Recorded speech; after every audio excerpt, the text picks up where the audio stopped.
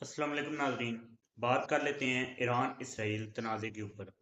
Iran का Israel पर भरपूर हमला हुआ है और ईरान ने तकरीबन 400 मिसाइल दागे और कितना नुकसान हुआ है इसराइल जितना बता रहा है उससे बहुत ज़्यादा नुकसान हुआ है इसराइल का।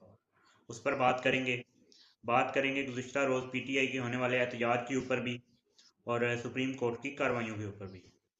पहले बात कर लेते हैं ईरान के होने वाले तनाज़ात और ईरान इसराइल का जो तनाज़ा है उसके ऊपर बात कर लेते हैं। ईरान ने इसराइल के ऊपर अपना ये हमला कर दिया है और ये हमला जो है वो एक बड़ा ताकतवर और बड़ा मजबूत और बड़ा बेहतरीन किस्म का हमला था।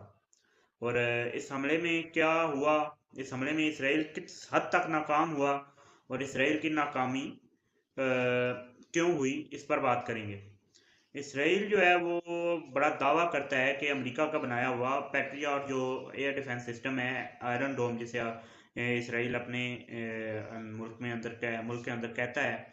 कुछ मॉडिफिकेशंस करने के बाद इसराइल ने उसे आयरन डोम का नाम दिया है और वो आयरन डोम जो है वो मुकम्मल तौर पर नाकाम रहा और बकौल ईरान 90% मिसाइल निशाने पे जाके लगे।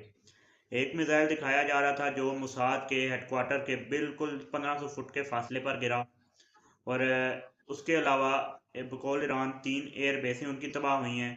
उनका डिफेंस मिनिस्टर से भी कोई राब्ता नहीं हो रहा और डिफेंस मिनिस्टर का कुछ पता नहीं है कि वो कहाँ पर है, इसराइल का जो डिफेंस मिनिस्टर है। उसके अलावा बकौल ईरान 20 जो है F-35 तैयारे इसराइल के तबाह हो चुके हैं और बहुत सा जानी नुकसान भी हुआ है इसराइल का ईरान के बकौल। और इसराइल अभी तक खामोश है और कुछ बताने से कासर है, बल्कि सुन हो चुका है इसराइल जो है। और दोबारा इसके अलावा एक और खुशी की खबर ये है कि हिजबुल्लाह ने इसराइल के साथ दुबदू लड़ाई शुरू कर दी है और हिजबुल्लाह और इसराइल की लड़ाई के अंदर इसराइल के दर्जन के करीब जो है वो फौजी मारे गए हैं, जिनमें अफसरान भी बहुत से शामिल हैं। फौजी अफसरान और फौजी जवान जो हैं उनके बहुत से मारे गए हैं इसराइल के। और ये लड़ाई जो है वो अब बढ़ती चली जा रही है और इसराइल को बड़े अरसे के बाद तकरीबन 1 साल से ज़्यादा अरसा गुजर चुका है कि किसी ने मौसर किस्म का जवाब जो है वो दिया है और इसराइल इसी जवाब का हकदार था। इसराइल ने खुद ईरान को मजबूर किया है रिटेलिएट करने पे। जैसा कि आपको पता है कि इसराइल ने किस तरह की कार्रवाइयाँ की हैं पिछले गुज़िश्ता दिनों में ईरान के अंदर। इब्राहिम रईसी का जो असैसिनेशन है, उसके अलावा इस्माइल हानिया और अब जो है वो हसन नसरुल्लाह की बंकर बस्टर बम के ज़रिए जो असैसिनेशन की गई है। चलें आप आते हैं पीटीआई के एहतजाज के ऊपर।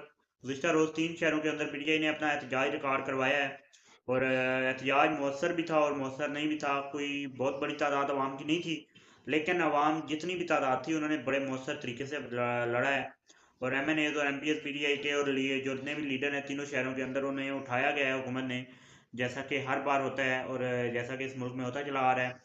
हुकूमत जो है वो बाज नहीं आ रही इन कामों से और पीटीआई वाले भी जो है वो अपना एहतजाज करने से नहीं रुक रहे।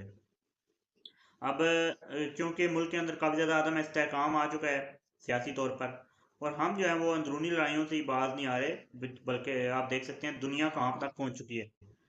आपको पता है कि इसराइल के ऊपर ईरान ने हमला किया है, लेकिन हम जो है वो हमारी पुलिस जो है वो इन्हीं कार्रवाइयों में मसरूफ़ है। इसी नोट के साथ आप आगे बढ़ते हैं सुप्रीम कोर्ट की कार्रवाई के अंदर। सुप्रीम कोर्ट में गुज़िश्ता रोज़ प्रैक्टिस एंड प्रोसीजर एक्ट के कमेटी ने जो बेंच तश्कील दिया था आर्टिकल 63 के ऊपर उन्होंने समाअत की है और काजी साहब जो हैं वो बड़े मुश्किल में हैं और काजी साहब और वकला पीटीआई के वकला के दरमियान काफ़ी ज़्यादा लड़ाई भी हुई है और जुमलों का तबादला हुआ है और पीटीआई के वकला ने काजी साहब से नाराज़गी का इजहार भी किया है। पीटीआई के वकला को अदालत से निकाला भी गया है और बहुत सख्त जो है वो ये मामला चलता रहा है।